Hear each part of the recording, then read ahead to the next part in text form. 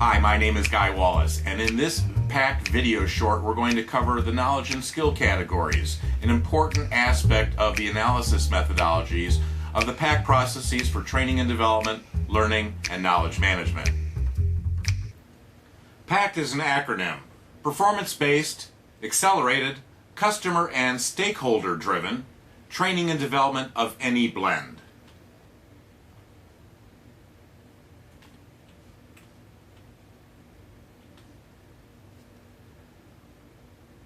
Once we understand in the analysis of the Pact processes what the target audiences are to be focused on,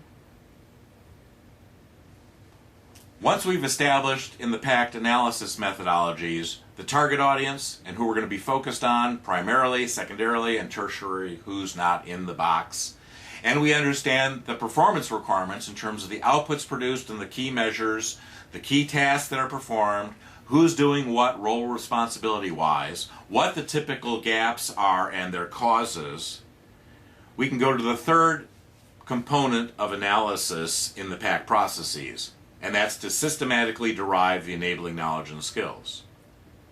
So I use 17 categories of knowledge and skills.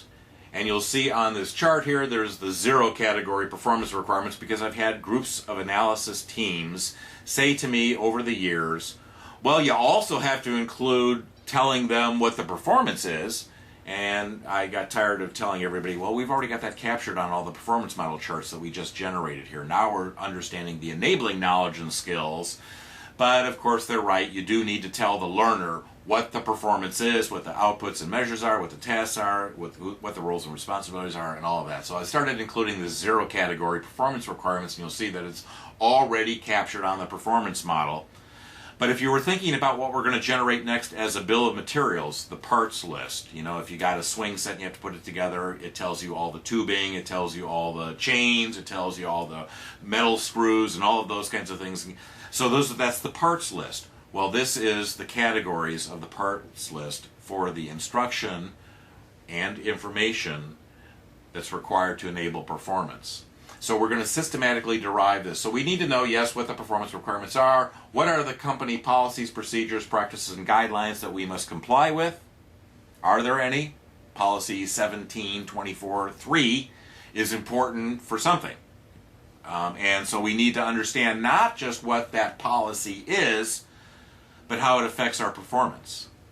Yes, we have a policy, this is what it states, and this is what you do when you're doing this performance, and you make it performance relevant, not just generic on the policy, because that's no good to anybody unless the policy is such that it crystal clearly identifies the implications for task performance. Same thing with laws, regulations, codes, and agreements. Now I have the company policies and procedures go first, because if you're in a highly regulated industry, you have all the policies, procedures, practices, and guidelines that'll keep you square with the laws, regulations, codes, agreements, and contracts, which are externally imposed rules that you must comply with. The third category, industry standards. You may or may not be adhering to industry standards. Sometimes you want to go renegade and do something different than what the industry is doing and how they've standardized on things. There's a risk in that, but you know, it is what it is, and you're just doing the analysis, not making that decision. Are there internal organizations and resources, a corporate library, a corporate print shop, a corporate this or that, where they make copies of your DVDs or they control the LMS? And there's external organizations and resources. There's the plumbers down the street that we have a contract with their national organization, so when our plumbing breaks, we call them and not your brother-in-law. There's marketplace knowledge of the competitors, the competitive products, the environment, the regulatory environment, the coming regulations, the tenor and tone of that environment that I might need to understand to do my task performance appropriately. There's product and service knowledge, our product and services. What products and services do we render, and is that necessary for me to know? There's also the process knowledge. Do we have an ANDI-like process to produce training? Do we have a new product development process that generates our new products? Do we have a distribution and delivery process in place? These are things that the enterprise is probably named, maybe formally, maybe not so formally, but that's what you've got going after here. What are the processes that someone needs to know when they're doing that performance that we articulated earlier? And perhaps it's already apparent in the way you've captured the performance data.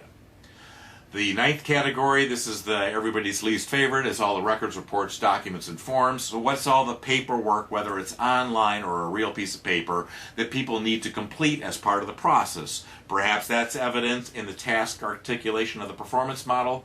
Perhaps it's not. It depends on what level you were operating in when you captured the performance data. Tools, equipment, machinery, computer systems, software, and hardware, which is a special category of tools, equipment, and machinery that I found necessary to break out and do differently beginning in the 1980s.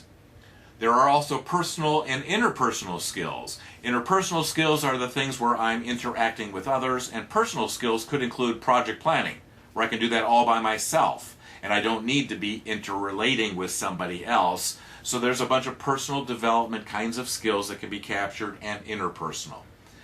If the category of the target audience includes managers and supervisors, category number 14 is appropriate, but perhaps not. Not all of these categories are used in every analysis effort. As always, it depends. There's also business knowledge and skills. Think of this as kind of having an MBA, Master's of Business Administration degree, where you understand business and finances and all those kinds of things here. So what kind of business acumen does one need to have, knowledge and skill-wise? Do I need to be able to calculate ROI or RONA or some other business metric? So that's where this gets captured. Now these last two categories are kind of two different kinds of catch-alls. Sometimes I have professional and technical skills. If I'm in the instructional design business, I have ISD or ID, instructional design kinds of professional and technical skills. I may have to have platform delivery skills and facilitation skills. Things like that can be listed under that category. But perhaps I am an engineer, and I have my own engineering kinds of professional and technical skills. But let's say in the context of who we're analyzing here, some of those engineers were brought into the training organization, the learning organization, so that they could then become analysts and designers and instructors. Well, all of a sudden they have now a functional specific set of skills that they need to learn that aren't their homeroom professional and technical skills. So the engineer in category 16 would have had all sorts of engineering kinds of things there, but now they find themselves in the materials organization or in the instructional design organization or in some IT business analyst group. They're outside of their homeroom. Now are there functional specific skills that they need because they're out of their homeroom and they're in some other function. Maybe it's permanent, maybe it's temporary, part of a rotational job assignment, but there are things now that they need to learn about the function that they find themselves in that are another type of professional and technical skills. So again, categories 16 and 17 are kind of a catch-all. They're not always appropriate for every analysis because target audiences are either somewhat homogeneous and they're all are engineers with an engineering degree and they don't need to worry about that. Oh, maybe perhaps we've taken some instructional designers and moved them into engineering to become engineers and they don't even know AC/DC electrical theory and we're going to have to train them. This is the manner in which I capture that and avoid having gaps in my analysis data, because as you'll learn later on in the video series, that's really important, not to have gaps, not to have overlaps as you go into the design methods.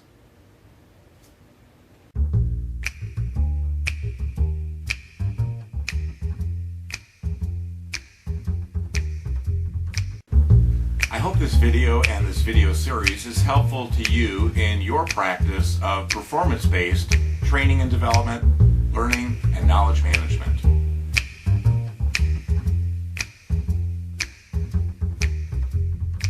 I've been practicing, publishing, and presenting on these topics since the early 1980s. My more recent book, Pact, covers all of this in great detail.